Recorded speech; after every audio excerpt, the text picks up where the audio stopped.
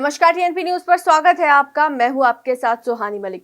Bulletin की शुरुआत करते हैं लखनऊ से आ रही इस बड़ी खबर के साथ, जहां आज गोविंद बल्लभ पंत की पुण्यतिथि है और लखनऊ में सीएम योगी आदित्यनाथ ने लोक भवन में उनकी प्रतिमा पर माल्यार्पण कर श्रद्धांजलि दी। वहीं डिप्टी सीएम ब्रजेश पाठक, केशव प्रसाद मौर्य और भूपेंद्र चौधरी ने भी उन्हें श्रद्धांजलि अर्पित की है। मित्रों, महान स्वतंत्रता संग्राम सेनानी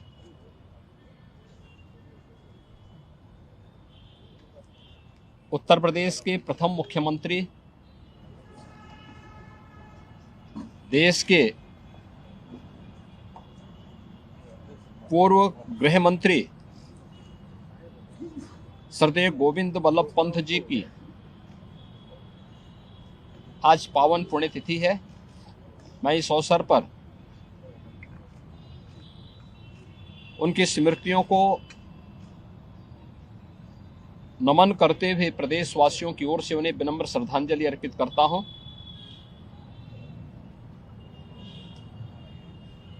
पंडित गोविंद बल्लभ पंत जी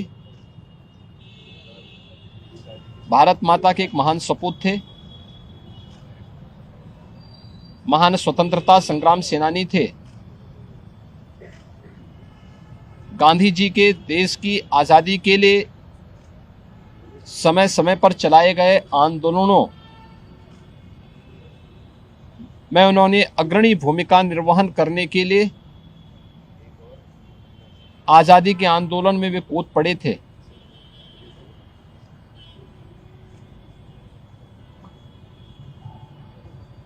चौबीस जनवरी 1950 को उत्तर प्रदेश के पुनर्गठन के साथ उत्तर प्रदेश के प्रथम मुख्यमंत्री के रूप में उन्होंने उत्तर प्रदेश की व्यवस्था को सुचारू रूप से आगे बढ़ाने का महत्वपूर्ण दायित्व का निर्वहन किया। उत्तर प्रदेश के आगरा में आज बीजेपी अनुसूचित वर्ग महासम्मेलन का आयोजन किया गया। ये महासम्मेलन कोठी मीना बाजार के मैदान में हो रहा है, जिसमें शामिल होने के लिए योगी सरकार में समाज कल्याण मंत्री असीम अरुण भी पहुंचे। इस दौरान उन्होंने सपा कांग्रेस पर निशाना साधा। उन्होंने कहा कि सपा मुखिया देश बांटने का फैक्टर चला रहे हैं और उनका ये फैक्टर चलेगा नहीं। साथ ही उन्होंने कहा कि हम उन्हें बार बार कह रहे हैं कि वो कन्नौज से चुनाव लड़े, लेकिन वो अभी इसका निर्णय नहीं ले पा रहे। आगे उन्होंने कहा कि कांग्रेस नेता राहुल गांधी और सपा मुखिया के एक होने से जनता पर कोई फर्क नहीं पड़ने वाला। बीजेपी प्रदेश की सभी 80 लोकसभा सीटें जीतेगी, उनका पीडीए फैक्टर चलने वाला नहीं है। और सूबे सरकार में कैबिनेट मंत्री बनने के बाद ओम प्रकाश राजभर के तेवर बदल गए हैं। मऊ जिले के मोहम्मदाबाद गोहना तहसील के करहा के कुरादी मठ में कार्यकर्ताओं को संबोधित करते हुए उन्होंने खुद को गब्बर बताते हुए अपनी तुलना सीएम से कर डाली। उन्होंने कहा कि मैंने बोला था ना कि मैं मंत्री बनूंगा, मैंने एकदम ललकार कर कहा कि मंत्री बनेंगे और फिर बनकर दिखा भी दिया। आज जो पावर सीएम के पास है, वही पावर राजभर के पास है। मैं शोले फिल्म का गब्बर हूं। इतना ही उन्होंने कार्यकर्ता को पीला गमछा डालकर थाने में जाने की सलाह दी है। किसी थाने पर जाओ, मैं कहता हूं किसी थाने पर जाओ और वहां जाने के बाद थोड़ी सी दिक्कत है, उस थाने पर जाओ, सफेद गमछा मत लगाओ। सफेद गमछा नहीं, एक पीला गमछा लगा लो। 20-25 रुपए का बाजार में मिलेगा। इस गमछे को लगा के जाओ थाने पर। जब आप थाने पर जाओगे तो तेरी शकल में ओम प्रकाश राजभर दरोगा जी को नजर आएंगे। ये है पावर। और जाके बता देना कि मंत्री जी भेजे हैं। और दरोगा जी की पावर तो हो नहीं कि मंत्री जी से फोन करें कि भेजले होगा कि नहीं। बोलिए, है पावर? एसपी को भी पावर नहीं है, डीएम को भी पावर नहीं है। आज जिस मुकाम पे हम खड़े हैं, डीजी को भी पावर नहीं है कि वो हमसे पूछे कि आपने भेजा है कि नहीं भेजा है। और केंद्रीय मंत्री अनुराग ठाकुर यूपी के वाराणसी पहुंचे। इस दौरान मीडिया से बातचीत करते हुए उन्होंने कहा कि राहुल गांधी की ऐसी हालत हो गई है कि उनकी गाड़ी के आगे कोई नहीं और पीछे कोई नहीं। यूपी जैसे बड़े राज्य ने नेहरू गांधी परिवार की 4 पीढ़ियों को वोट दिया। आज यूपी में उनका कोई नहीं सुन रहा। एक तरफ यहाँ से नेहरू गांधी परिवार की विदाई हो चुकी है।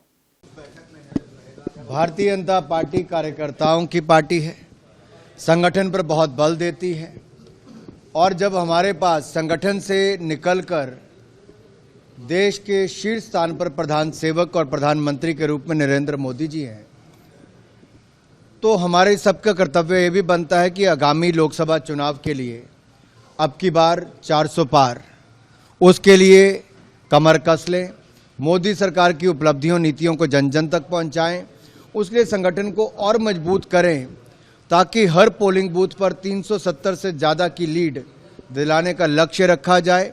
उसके चलते आज इस क्लस्टर की बैठक रखी गई है। अभी मैं चंदौली जा रहा हूं और वापसी पे आते हुए बनारस में भी आऊंगा और मुझे पूर्ण विश्वास है इस क्षेत्र ने पहले भी सब सीटें जिताई है और अब की बार तो यूपी में 80 में से 80 सीटें जीतेंगे, एक नया रिकॉर्ड कायम करेंगे और देश में 400 पार करके तीसरी बार प्रधानमंत्री बनाएंगे नरेंद्र मोदी जी को। और मोदी जी ने कहा है जब वो प्रधानमंत्री बन जाएंगे तो अगले 5 सालों के अंदर दुनिया की तीसरी सबसे बड़ी अर्थव्यवस्था भारत को अपनी तीसरी टर्म में बनाएंगे। लेकिन साथ ही साथ हम सबका एक संकल्प ये भी है कि विकसित भारत को गढ़ने बनाने के लिए जन भागीदारी की बहुत आवश्यकता है, उसको लेके भी लगातार प्रयास जारी हैं। 18 साल के युवाओं से, 18 साल से जिनकी ज़्यादा उम्र हो गई, उनसे कहूँगा अपना वोट बनाइए भी और मतदान कीजिए भी। अपना पहला वोट देश के लिए, यही सोचकर चलिए ताकि एक अच्छी सरकार वो बनाए और देश को आगे बढ़ाए। राहुल गांधी जिस तरह से और केंद्रीय मंत्री स्मृति ईरानी ने अमेठी दौरे के दौरान अमेठी लोकसभा क्षेत्र से सभी 5 विधानसभा तिल्लाई, जगदीशपुरा, गौरीगंज और अमेठी विधानसभा की जनता की समस्याओं को सुना। लोकसभा क्षेत्र अमेठी में आयोजित की गई महिला सांसद महिला खेल प्रतियोगिता में विजय हासिल करने वाली महिलाओं को भी उन्होंने पुरस्कार दिया। इसके बाद अमेठी कस्बे के मुंशीगंज रोड स्थित डॉक्टर भीमराव अंबेडकर स्टेडियम में उन्होंने लगभग 270 करोड़ की विभिन्न परियोजनाओं का लोकार्पण किया है।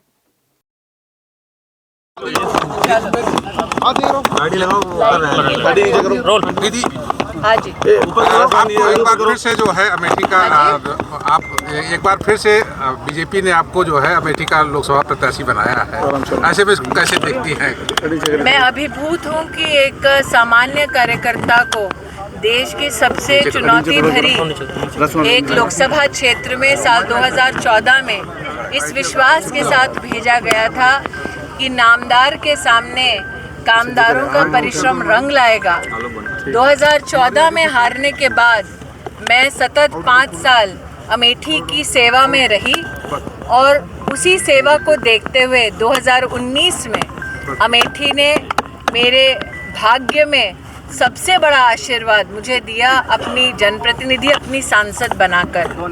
गत 5 वर्षों में प्रधानमंत्री मोदी जी के सानिध्य में अमेठी में 1 लाख से ज़्यादा परिवारों ने अपने लिए घर पाया। 4 लाख परिवारों ने जीवन में पहली बार अपने घरों में नल पाया। 2.5 लाख से ज़्यादा परिवार ऐसे जिन्होंने गैस का सिलेंडर पाया। 3 लाख परिवार ऐसे जिन्होंने किसान सम्मान निधि पाया। अमेठी में 30 वर्ष पहले वादा किया था गांधी खानदान ने मेडिकल कॉलेज बनाने का, लेकिन उस वादे की पूर्ति गांधी खानदान नहीं कर पाई। लेकिन नरेंद्र मोदी ने अमेठी के इतिहास में पहली बार मेडिकल कॉलेज देकर यहाँ पर शिक्षा की व्यवस्था को सुदृढ़ किया। और बड़ी खबर यूपी के जौनपुर से, जहां पर कुछ बदमाशों ने मिलकर बीजेपी नेता प्रमोद यादव की गोली मारकर हत्या कर दी, जिसके बाद उन्हें गंभीर हालत में अस्पताल भर्ती कराया गया, जहां इलाज के दौरान उनकी मौत हो गई। बता दें कि प्रमोद यादव ने 2012 के विधानसभा चुनाव में जौनपुर की मल्हनी सीट से बाहुबली धनंजय सिंह की पत्नी जागृति सिंह के खिलाफ बीजेपी के टिकट पर चुनाव लड़ा था। इस चुनाव में सपा के पारसनाथ यादव ने जीत हासिल की थी, वहीं जागृति सिंह दूसरे नंबर पर रही थी। हालांकि साल 2017 में धनंजय और उनकी पत्नी का तलाक हो गया था। थाना क्षेत्र सिकरारा के उधापुर गांव ये घटना की सूचना प्राप्त हुई थी कि प्रमोद यादव, जिनको कुछ बदमाशों द्वारा रोक करके कुछ कार्ड देने के बहाने बातचीत करने की कोशिश की गई और उसी दौरान उन पर फायर किया गया, जिसमें हॉस्पिटल आते आते उनको यहाँ पे डेथ डिक्लेयर किया गया है। तो फिलहाल इसमें हमारी टीमें वर्कआउट कर रही हैं। जो कुछ संदिग्ध हैं उनकी जानकारी भी प्राप्त हुई है और कुछ अन्य जानकारियाँ प्राप्त हुई हैं जिसको वर्कआउट करके बहुत जल्द से जल्द इसका खुलासा किया जाए। और यूपी पुलिस परीक्षा लीक मामले में गिरफ्तारियों पर डिप्टी सीएम ब्रजेश पाठक का कहना है कि हम हर व्यक्ति की पहचान करेंगे, हम किसी भी छात्रा के खिलवाड़ के साथ करने की इजाजत नहीं देंगे। साथ ही साथ उन्होंने कहा कि हमारी सरकार पूरी तरीके से छात्रों और अभ्यर्थियों के साथ खड़ी है। हम उन्हें पारदर्शी तरीके से सरकारी नौकरियों में पहुंचाएंगे और हम लापरवाही बर्दाश्त नहीं करेंगे। वो गिरफ्तार की थी, क्या कहेंगे? देखिए, इसमें एक एक व्यक्ति को हम चिन्हित करेंगे। विद्यार्थियों के भविष्य से खिलवाड़ करने की अनुमति किसी को नहीं देंगे। हमारी सरकार पूरी तरह से परीक्षार्थियों के साथ, विद्यार्थियों के साथ खड़ी है। उनको पारदर्शिता के साथ हम सरकारी नौकरी में लेंगे।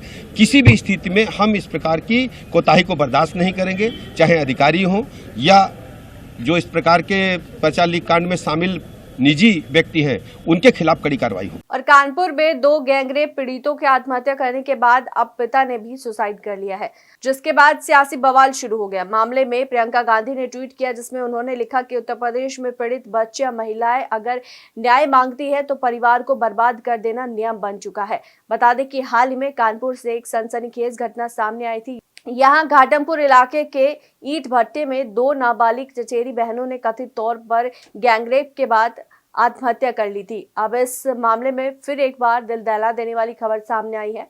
बता दें कि अब दोनों मृतकों में से एक के पिता ने भी सुसाइड कर लिया है।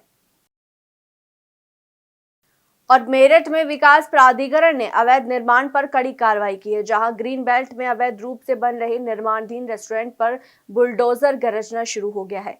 एक एक कर कई बुलडोजर ने अवैध निर्माण ध्वस्त करना शुरू कर दिया है और इस कार्रवाई से अवैध निर्माण करने वालों में हड़कंप मचा हुआ है। दरअसल कंकरखेड़ा थाना इलाके में अवैध रूप से रेस्टोरेंट का निर्माण किया जा रहा है। बताया जा रहा है कि नोटिस जारी करने के बावजूद भी यहां अवैध निर्माण जारी रखा गया, जिसके बाद विकास प्राधिकरण टीम ने ये कार्रवाई की है। ये निर्माण बिना मानचित्र स्वीकृत कराया जा रहा था, जिस पर प्राधिकरण द्वारा सीलिंग की कार्रवाई की गई एवं ध्वस्तीकरण आदेश पारित किए गए। उसके तत्पश्चात भी निर्माण को नहीं रोका गया, जिसकी वजह से प्राधिकरण द्वारा एफआईआर की कार्रवाई की गई, परंतु निर्माण न रोकने की स्थिति में और लगातार कानून का उल्लंघन करने की स्थिति में आज यहाँ पर प्राधिकरण द्वारा ध्वस्तीकरण की कार्रवाई की जाए और भविष्य में भी इसी तरीके की कार्रवाई जो भी व्यक्ति बिना मानचित्र स्वीकृति के निर्माण करेगा उसके खिलाफ यही कार्रवाई। और शाहजहांपुर के राजकीय मेडिकल कॉलेज में हर्ष इंटरप्राइजेज कंपनी के माध्यम से कार्य करने वाली 111 स्टाफ नर्स को 3 महीने से वेतन नहीं मिला, जिसके लिए वो कई बार कर्मचारी राजकीय मेडिकल कॉलेज प्रशासन और जिला प्रशासन को ज्ञापन देकर मांग कर चुके हैं, लेकिन उनकी कोई सुनवाई नहीं हुई, जिसकी वजह से कर्मचारियों के परिवार के सामने अब जीवन यापन करने की समस्या आ गई है। वहीं धरने पर बैठे कर्मचारियों ने बताया कि मकान किराया और बच्चों की फीस तक नहीं जमा करा पा रहे हैं। हमारी 3 महीने से सैलरी नहीं आई है, 4था महीना लग चुका है, उसकी आज 7 तारीख हो गई है और मैंने कई लोगों को कहा है, प्रिंसिपल सर से बार गए। प्रिंसिपल सर कभी 10 तारीख कहते थे, कभी 8 तारीख कहते थे, उसको तारीख कहते 3 महीने निकल गए। और हमने कंपनी में भी फ़ोन किया, हर जगह कहा, कंपनी वाले कहते प्रिंसिपल करो, प्रिंसिपल कहते कंपनी वाले कहो, तो हम लोग बताइए क्या करें। और हरदोई में एक बार फिर से तेज रफ्तार का कहर देखने को मिला, जहां एक तेज रफ्तार अनियंत्रित कार पेड़ से टकरा गई। इस हादसे में एक महिला और 2 बच्चों की मौत हो गई। फिलहाल घटना की सूचना मिलते ही पुलिस मौके पर पहुंची, शव को पोस्टमार्टम के लिए भेजा और आगे की कार्रवाई में जुटी है। मैं मार्तंड प्रकाश सिंह, अपर पुलिस अधीक्षक पश्चिमी हरदोई। आज शाम को थाना क्षेत्र टणियावा के हरिहरपुर ग्राम के पास एक मारुति जेन ओल्ड मॉडल की गाड़ी में 7 लोग सवार होकर जा रहे थे, जो तेज़ गति के नाते अनियंत्रित हो गए और एक पेड़ से टकरा गए, जिसमें एक महिला और 2 बच्चों की मृत्यु हो गई है। पुलिस द्वारा घायलों को अस्पताल में भर्ती कराया गया है जिला चिकित्सालय में, जहां उनका इलाज चल रहा है। अग्रिम कार्रवाई पुलिस द्वारा पंचायतनामा पोस्टमार्टम की जा रही है। खबर शाहजहांपुर से है, जहां शाहजहांपुर में पुलिस ऑफिस में आत्मदाह का प्रयास करने मामले में बड़ा खुलासा हुआ है, जहां पुलिस ने आत्मदाह करने के लिए उकसाने वाले 7 लोगों के खिलाफ गंभीर धाराओं में मुकदमा दर्ज कर लिया है। दरअसल कुछ लोगों ने पुलिस की छवि खराब करने के लिए युवक को आत्मदाह करने के लिए उकसाया था और इस दौरान लगातार कुछ लोग वीडियो भी बना रहे थे।